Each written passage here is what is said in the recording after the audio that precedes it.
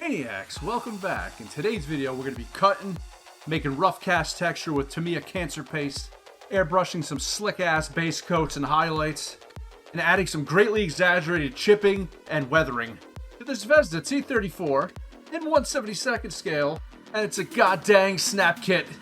Let's go! First things first, let's take a quick peek inside this box. Got your standard, easy to understand Zvezda manual, a part sprue with surprisingly good detail, and some pretty nice water slide decals. Separating the parts from the sprues, we can see that they're very crisp and take minimal cleanup to get looking good. Basic sanding stick will make quick work of any sprue gate that's left over. As suggested, this kit is snap fit. You push the pieces together and they're held in pretty firmly without the need of glue. These little pieces though, they are a pain in the rump. No glue required, but it didn't say I couldn't use it. This was the only problem I ran into with this kit. The exhaust shields were too small and left some noticeable gaps. That turret though, looking pretty good. Really nice welds. The tracks are standard Zvezda one-piece fare for 1/72 scale kits. Two of the guide horns are pegged into one of the wheels and then get sandwiched in with a second. The assembly is then placed over all of the existing wheels and then is snapped to the hull. The second set of wheels is then placed over and secures everything into place. Just like meow. The doctor told me to stop snapping it or I'd go blind. Snapping these pieces together, you pervert, what'd you think I meant? Time to create some rough cast texture, which was real common on Soviet tanks of the era, with some Tamiya cancer paste and a little Tamiya extra thin cement.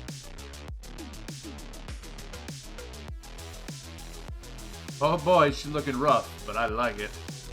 Here I'm using some artistic purchase with a cheap Amazon rotary tool that I bought. Now when I meant that Soviet armor had rough texture, I really meant it. There are imperfections all throughout. You can see that here in this real-world example of a T34. There's lumps and grooves everywhere. I'm lightly using a pointed bit to make those same imperfections on my build. Somewhere out there, a rivet counter has a vein popping out of his neck right now because of what I'm doing. But you know what? I don't care. I think it looks cool, and it's going to add some visual interest to this. Now that everything's been built, we can get down to what everyone's been waiting for, and that is painting and weathering. First thing I want to do is spray down a nice Vallejo primer coat. This is a red-brown that I put together myself, and I'm spraying it out of my Sparmax Max 35 airbrush. It's a .35 needle and nozzle kit, and I'm spraying at about 30 psi.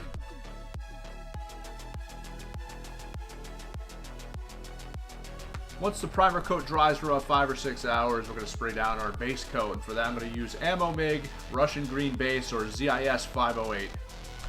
Alright, another disclaimer I had to get out of the way. I know that T34 85s were built in 43 and after and did not use ZIS 508 as a paint. They used 4BO. However, 4BO is the wrong color for this. I needed a lighter color to accompany the stark weathering that I'm going to be doing. ZIS 508 is lighter, it is more yellow, and it will show the chips, streaking, and rust that I'm going to be doing to this as part of the weathering process much better than the darker 4BO ever would. And of course it goes without saying, a Russian green is a Russian green. There were so many shades and tones of green that were used during World War II that it's impossible to narrow it down to one thing. Come on, I know you think this green looks pretty good. Once the base coating is done, we can get to the highlights, and for that I'm using a modified ZIS 508. A little bit of white, a little bit of yellow, and a little bit of tan to lighten it up and make it look faded and distressed. Nothing says faded greens and olives like a little bit of yellow thrown into the mix. But it looked a little too extreme, so I added a little bit of khaki on top of my highlights to tone it down and make it grungy. Now it looks a little bit more realistic. These are some tones I could get into, you know what I mean? With that out of the way, we can get into some detail painting. Doing the road wheels, nothing special here. Everyone hates doing them, myself included. This extra tank track is going to be hit with a combination of red, black, and brown. It's going to be an easier base from which I can springboard into some rust tones. Exposed steel like toe chains and tools I like to hit with a MIG silver. I like the pigment, and it's a good base to add rust and other weathering effects later. A little bit of Citadel lead belcher for this machine gun. and some Vallejo orange oxide rust for these exhaust pipes. This is one of my favorite colors for a base for rust effects. And then we layer on the effect with some Vallejo Panzer Aces dark rust to give it some depth. Alright, I've waited long enough. It is time to beat this T34 to death. I'm using the sponge chipping technique with some Russian protective green, which is a lighter color than I have for my base coat, to show some serious signs of wear and abuse. This is going to be our jump off point for some more layered work. I know there's a couple schools of thought about chipping. Most people that are trying to remain historically accurate say that chipping like this would never ever happen on a T34, no less any tank. And you know what? That is probably true. But no one wants to look at a plain looking build. It's boring. They want depth, they want artistic purchase, they want some visual interest, and this is why I'm doing this. Furthermore, I know why people don't like this. It's because it is really hard to keep chips in scale, especially when you're working with something as small as 1/72nd scale. But a friend of mine told me, don't worry about what anyone else thinks. It is your model. Do what you think looks good. In the end, you're the one that's building it. Screw everyone else. I don't plan on entering this into a show or a competition, so whatever. I want to build this the way I want to build it, and I think this is going to look good in the end. Plus, to the layman that doesn't know any better, just your average person that might stumble across a build on a video or in a magazine or something, they don't know what chips like this are supposed to look like. All they know is that it looks good to them, and that's what really counts. Now, this is where things start to get interesting and fun. I'm taking a very sharp liner brush and that red, brown, black primer coat combo that I made earlier to start with some layering. This is going to add even more depth to your build. It's going to simulate exposed metal, and it's going to be a real nice springboard for things like rust. The key here is to gingerly apply these chips. I mean, use a very little bit of paint and start out slow, add a little bit at a time until you get the effect you want. It is true that if you overdo this, you can make things look really out of scale and not believable at all.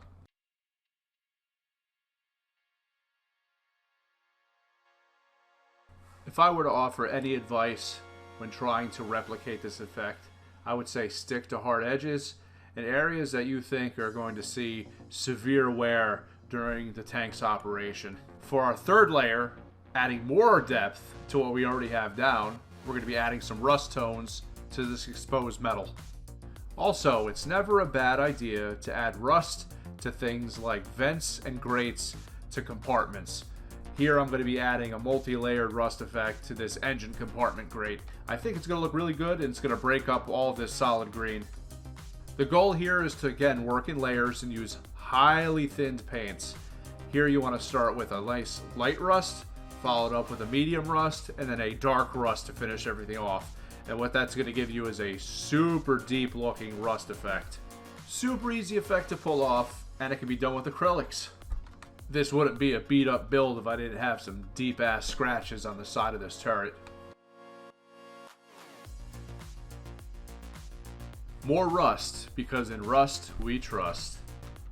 To finish off all of these rust effects, don't be afraid to drag down some rust streaks from all that exposed metal and all those beautiful rust tones that you added on top of them. It'll just make a more convincing effect and draw even more interest to what you're trying to build. Again, just to re-emphasize, with these rust effects, do not use solid pigment paint. Make sure that you thin them out appropriately and then streak them down. This is especially true of using acrylics. Acrylics are very hard to get off your paint once they dry. It's not like oils where you can take a little bit of white spirit or some odorless enamel thinner and then thin them out later. You have to do everything relatively quickly, and you got to get it right the first time. If you need to remove or thin some of the effect before it dries, a damp brush with water will work pretty well. When you're done weathering this tank to your heart's content, make sure you don't neglect your tracks. It'll be the one detractor that ruins your build.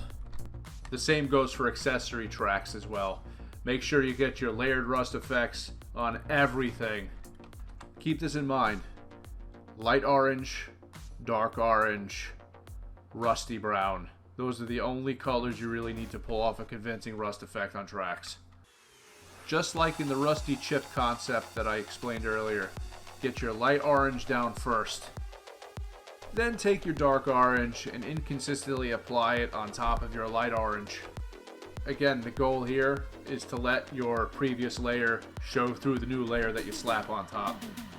Then take your rusty brown and with even more inconsistency, lay it down. Now the magic. You take a light color, and here I'm using some Vallejo light splash mud that's been thinned out with some water, and I'm just going to add that over the top of everything when it's dry, and that's just going to mud everything up and muddle the colors together, kind of unify them.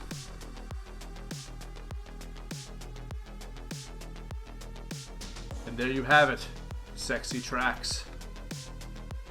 And for good measure, I don't want to make these wheels feel like they're left out of the party, so I'm going to add a little bit of light mud and a little bit of dark mud down to the lower recesses to give them a little bit more interest than they had before. Alright, this build is getting kind of long in the tooth. I think it's weathered properly. We're going to seal in all of our work with a Vallejo satin polyurethane varnish. Now the good thing about varnishing is that it shifts the color ever so slightly. I find that it enriches the colors that are already there, makes them darker just by a bit. You can call it a kind of accentuator. Afterthought, I know, but I added the water slide decals. Nothing special, and someone actually told me that that does not make any sense in Russian. Final step, the pin wash. Iptalung 502 engine grease and Winsor Newton lamp black. Get a little squirt of odorless enamel thinner. Then make yourself a nice, deep, rich, brown, greasy concoction that you can use as a delicious pin wash. Oh, ooh, that is very oily. It seems my tube of Iptalung has a case of the Hershey squirts. Pin wash. Nothing you really need to know, except make sure your model is varnished properly, especially if you're using ammo paints. When you use something like a Tamiya panel liner, it's an enamel product. It is very hot. It will eat right through your paint and destroy all of the work that you did. So just keep that in mind. And make sure you get up all in them cracks and crevices. You want all your beautiful details to pop out.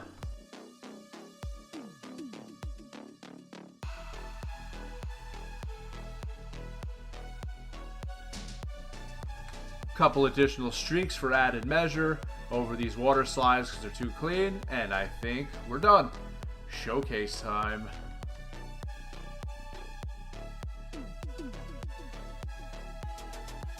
Alright everyone, it's been a long road, but I think we made it.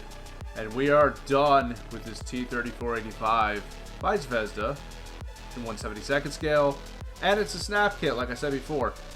Who's to say that you can't turn what people would think is a toy into something that looks really good? I am really happy with the way this turned out, and to be honest with you, I have 4 other snap kits which I think I'm going to put together in the near future. To those who aren't subscribed already, I'm not going to ask you to subscribe, like, or comment. If you enjoyed this build, you enjoyed my commentary, you'll know what to do, and I hope to see you back in a future build. Alright everyone, take care, build some good models, and I'll see you again. Bye bye for now.